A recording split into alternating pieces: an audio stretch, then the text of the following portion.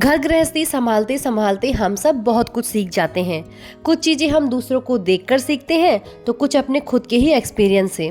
तो आज की इस वीडियो में मैं आपके साथ कुछ ऐसे ही हैक्स एंड टिप्स को शेयर कर रही हूँ। कुछ ऐसे मस्ट नो किचन हैक्स जो हमारे किचन के काम को तो आसान बनाएंगे ही, साथ ही साथ इन हैक्स को फॉलो करके हम अपने किचन को क्लीन भी रख सकते हैं। तो हेलो एंड नमस्ते guys, welcome back to my channel. शुरू करते हैं आज का वीडियो। अगर आपके सिंक एरिया में भी आरओ लगा हुआ है और उसकी पाइप से या उसकी वायर से आपको भी काम करने में दिक्कत होती है, बार बार आपको इसे हटाना पड़ता है, तो इस प्रॉब्लम को अवॉइड करने के लिए आप सिंपली ये कर सकते हैं कि आपके घर में जो ब्रेड आती है उसके टॉप पर ये टाई होता है। इसी का यूज़ आप वायर को टाई करने के लिए कर सकते हैं, या फिर आप मेटल की चूड़ी को कट करके उसका भी यूज़ कर सकते हैं इस वायर को टाई करने के लिए। अक्सर हम लोग अपने घरों में खुले हुए पैकेट्स को सील करने के लिए इन सीलिंग क्लिप्स का यूज़ करते हैं, लेकिन अगर आपके पास ये सीलिंग क्लिप्स नहीं है तो आप चिमटे का भी यूज़ कर सकते हैं। बस आपको चिमटे को गैस के ऊपर 5 से 6 सेकंड तक गर्म करना है। इसके बाद आपको पैकेट को चिमटे से प्रेस कर देना है। ये देखिए, आपके ये जो खुले हुए पैकेट्स हैं ये पूरी तरह से सील हो गए हैं। अब ना ही ये पैकेट से कुछ बाहर गिरेगा और ना ही इसमें कुछ खराब होगा। आपको बस ध्यान ये देना है कि चिमटे को बहुत ज़्यादा देर तक गर्म ना करें, क्योंकि चिमटा अगर बहुत ज़्यादा गर्म होगा तो आपका पैकेट जल भी सकता है। कई बार हम लोगों से या घर में किसी भी मेंबर से ज़मीन पर ऑयल गिर जाता है, तो यहाँ पर मैं आपको बहुत अच्छा हैक बताऊंगी इसे क्लीन करने का। तो ऑयल के ऊपर आपको आटा डालना है। जी हाँ, जितने भी एरिया में ऑयल गिरा है उतने एरिया में आपको आटा डालना है। ऑयल आटे को अच्छी तरह सोक कर लेगा। उसके बाद आप आटे को अच्छी तरह से उठा लीजिए। फिर आप टिश्यू पेपर या न्यूज़पेपर से अच्छी तरह से क्लीन कर लीजिए। अगर आप डायरेक्ट टिश्यू पेपर या न्यूज़पेपर से क्लीन करेंगे तो ऑयल फैलता जाएगा और आपके बहुत ज़्यादा टिश्यू पेपर और न्यूज़पेपर भी लगेंगे और आपका बहुत टाइम भी लगेगा। तो आप आटे की हेल्प से पहले से क्लीन कर लीजिए, फिर न्यूज़पेपर से पोंछ लीजिए। तो आप देख सकते हैं कि कितने अच्छे से क्लीन हो चुका है, पता ही नहीं चल रहा है कि यहाँ पर ऑयल गिरा था। हम सभी के घरों में इस तरह के पैकेट्स तो हर मंथ कलेक्ट हो जाते हैं, क्योंकि इनमें आटा चावल तो आते ही रहता है। तो इन प्लास्टिक के पैकेट्स को फेंकने की बजाय आप इनका रीयूज़ कर सकते हैं अपने कैबिनेट्स में, ड्रॉर्स में एज ए लाइनर। अगर आप बाजार से महंगे महंगे प्लास्टिक के लाइनर परचेज नहीं करना चाहते तो आप इन्हीं को 3 साइड से कट करके और किसी साफ कपड़े से अच्छे से पोंछ कर यूज़ में ला सकते हैं। इससे आपके पैसे भी बचेंगे और कैबिनेट को, ड्रॉर को क्लीन करने में आपको मेहनत भी कम करनी पड़ेगी। वुडन स्पैचुला हम मिट्टी के बर्तनों के साथ या नॉन स्टिक बर्तनों के साथ यूज़ करते हैं और यूज़ करने के साथ ही ये खराब हो जाते हैं, यानी कि ये बहुत अच्छे से साफ़ नहीं हो पाते और इनमें गंदगी रह जाती है, क्योंकि लकड़ी चीज़ें एब्जॉर्ब करती हैं। इसलिए इन्हें अच्छे से क्लीन करने के लिए आप एक बर्तन में पानी गर्म करें और उसमें नमक और थोड़ा सा बेकिंग सोडा मिलाएं।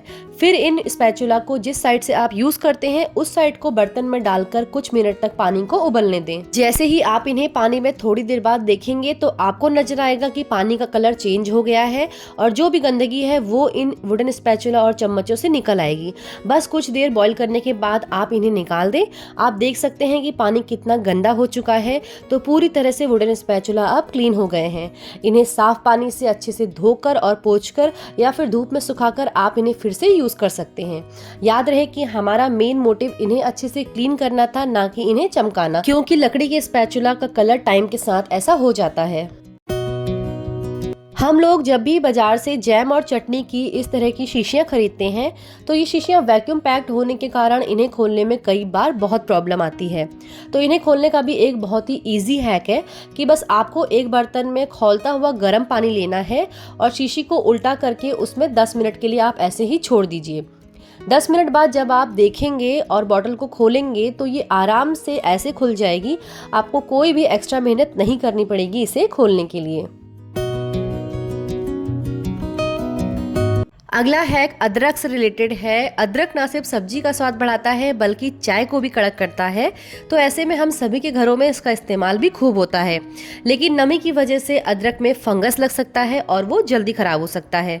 अदरक को आप फ्रिज में भी स्टोर ना करें, क्योंकि इससे इसका स्वाद और न्यूट्रिशनल वैल्यू दोनों ही कम हो जाते हैं।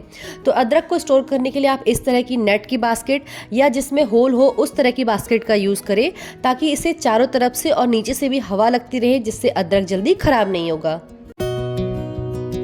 2 से 3 लोगों के लिए जब हम घर में खीर बनाते हैं तो उसमें हम बहुत ज़्यादा इलायची का इस्तेमाल नहीं करते हैं। 2 से 3 इलायची को क्रश करने के लिए मैं आपके साथ एक छोटी सी ट्रिक शेयर कर रही हूँ। सबसे पहले आप इलायची को इस तरह से ओपन करके उसके सारे सीड्स निकाल लें। अब इसे कूटना नहीं है, क्योंकि कूटने से इलायची के दाने इधर उधर बिखरने लगेंगे।